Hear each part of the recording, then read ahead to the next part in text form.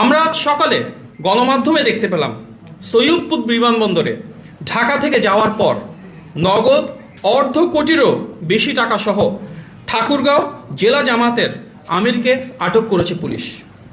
জনসাধারণের মাঝে বিএনপির জনপ্রিয়তা বরাবরের মতোই শীর্ষে অবস্থান করছে।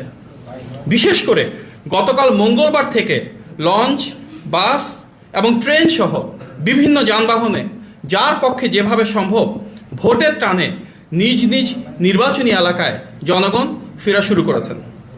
এই উচ্চমুখর পরিবেশই নির্বাচনকে ঘিরে গণ আকাঙ্ক্ষার বহিঃপ্রকাশ। বিএনপির অনিবার্য বিজয়ের বিপরীতে একটি গোষ্ঠী নানা প্রতিবন্ধকতা সৃষ্টির অপচেষ্টা করছে। আমরা আজ সকালে গণমাধ্যমে দেখতে পেলাম সৈয়দপুর বিমানবন্দরে ঢাকা থেকে যাওয়ার পর নগদ অর্ধ কোটিরও বেশি টাকা সহ ঠাকুরগাঁও জেলা জামাতের আমিরকে আটক করেছে পুলিশ।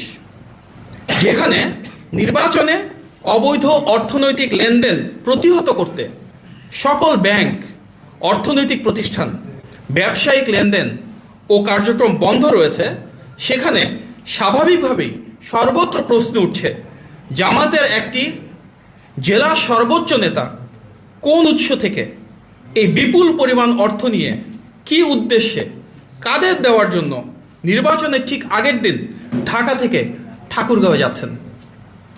টানা 4 দিন যেখানে দেশের সকল ব্যবসায়িক কার্যক্রম বন্ধ রয়েছে, সেখানে এত বিপুল পরিমাণ অর্থ কোন ব্যবসায়িক প্রয়োজনে ব্যবহৃত হতে পারে সেটি বোঝার জন্য বিশেষজ্ঞ হওয়ার প্রয়োজন নেই।